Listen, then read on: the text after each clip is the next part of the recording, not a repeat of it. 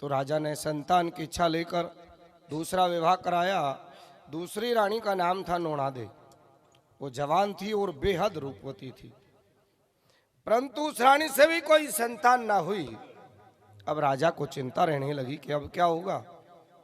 दूसरा विवाह भी कराया, संतान ना हुई। भाई राजकाज का वारिस कौन होगा। और विद्वान कहते हैं कि पुत्र के बिना तो अच्छी गति नहीं मिलती, सदगति नहीं होती।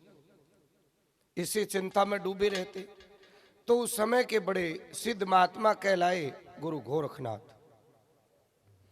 वो सियालकोट में आ जाते हैं। अपने शिष्यों को साथ लेकर राजा सलेभान के बागों में अपना डेरा लगा लिया। जब राजा को उनके आने की खबर लगी तो कुछ भेंट पूजा की सामग्री ली, उनकी शरण में जा पहुंची।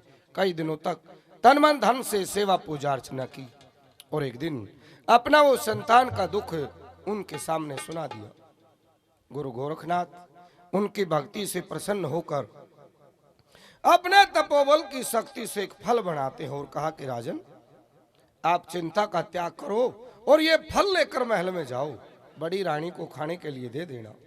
भगवान की कृपा से आपके यहाँ पुत्र का जन्म अवश्य होगा। परंतु राजन, एक बात का विशेष ध्यान रखना है, उस पुत्र का लालन पालन किसी गुप्त जगह पर कराया जाए तो अच्छा होगा, क्योंकि वो इतना रूपवान और तेजवान होगा। अगर आपने ये प्रबंध ना किया, हो सकता है उसे इंद्र की अप्सरा उठा ले जाए।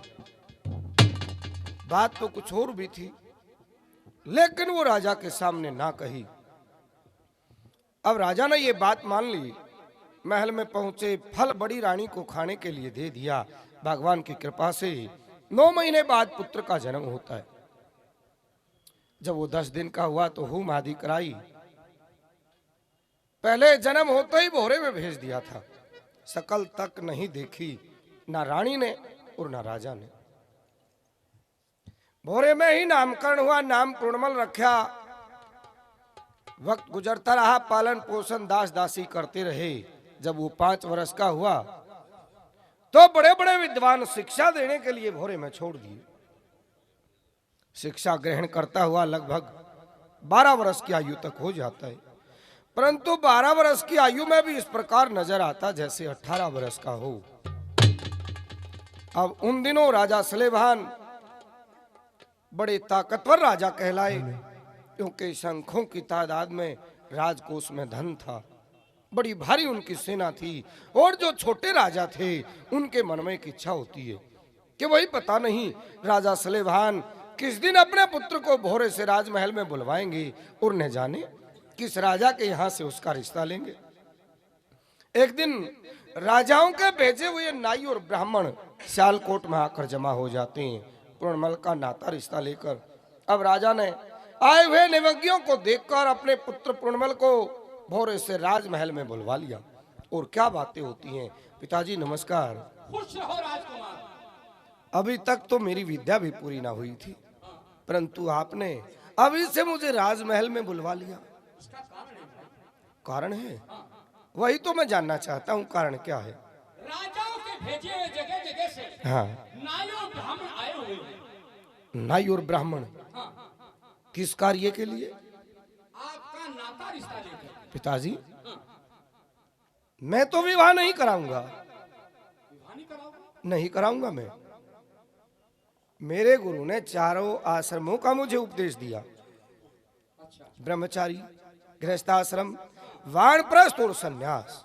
बड़े गौर से मैंने उनका उपदेश सुना और मैंने उसी दिन ये निर्णय किया था कि मैं जीवन भर ब्रह्मचारी रहूंगा, माता पिता की सेवा करूंगा और भगवान का भजन करूंगा, परंतु विवाह नहीं कराऊंगा।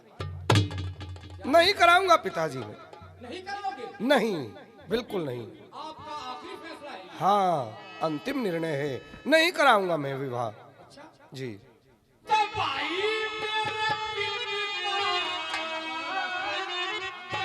मेरे क्यों?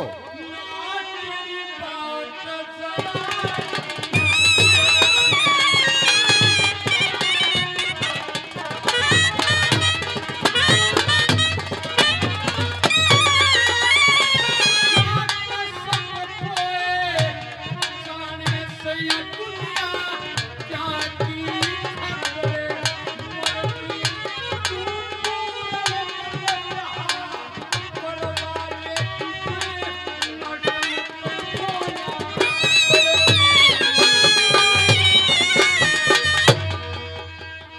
पिताजी, मैंने कह तो दिया कि विवाह नहीं कराऊंगा, नहीं कराऊंगा मैं, और मुझ पर विश्वास रखिए।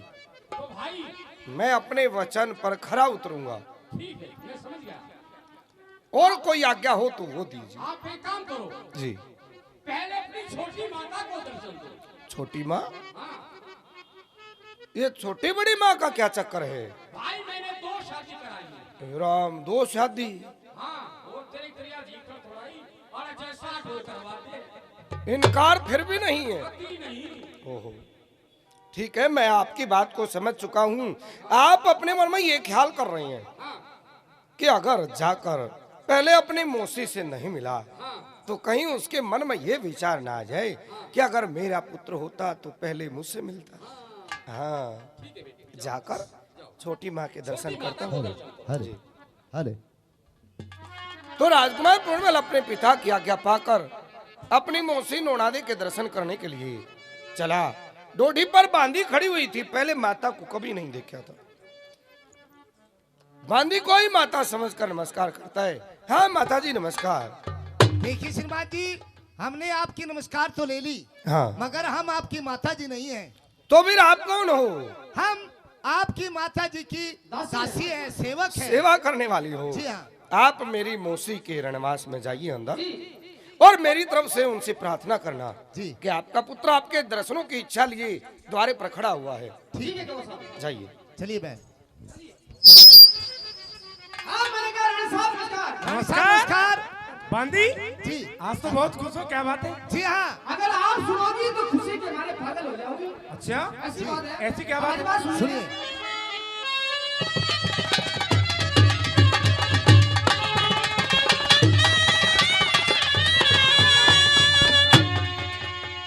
खड़ा हुआ घनी देर का तेरा पूर्ण राजी कवार जा पूछे कार ले जाके हेरी ओ खड़ा हुआ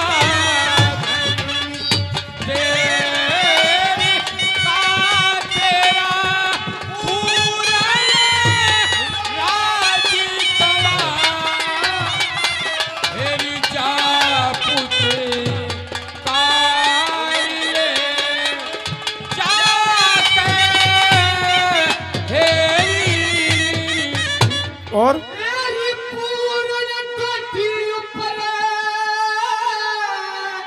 तू क्या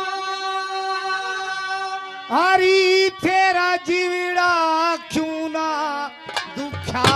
हेरी तेरा जीवड़ा क्यों ना दुखा और भूखा से बाकी मेरी खालिए सो रुके मार जा पूछे कार ले जाके हेरी हेरी खड़ा हुआ तेरा पूरा राजी कवार हेरी जा पूछे आई रे जाके और क्या है बंदी?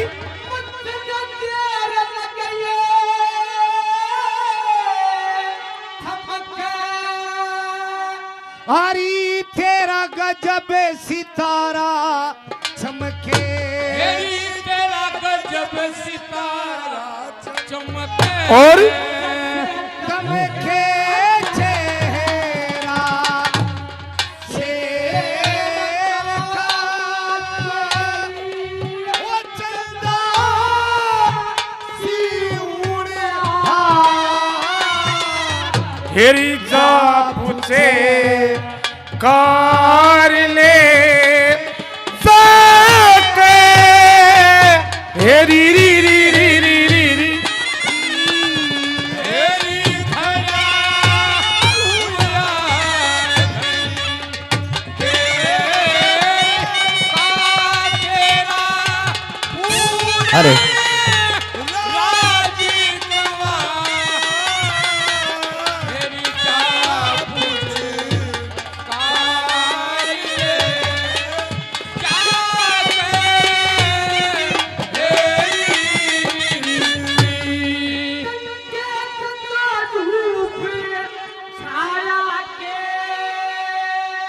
हे खट्टी जांगे रोगी सकले खाया खे कटिया रोग सकल काया के धनी माया खे ढेर खायो खुला पड़ा से बाजार जा पूछे खार लेने चाके हेरी री री हेरी री री री खया हुआ धनी तेरा पूरा राजकुमार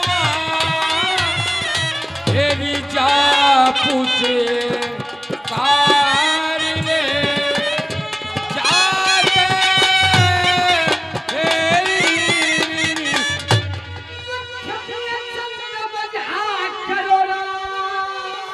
वतन के दुखड़े मिटेंगे तमाम और तन के दुखड़े मिटेंगे काम नहीं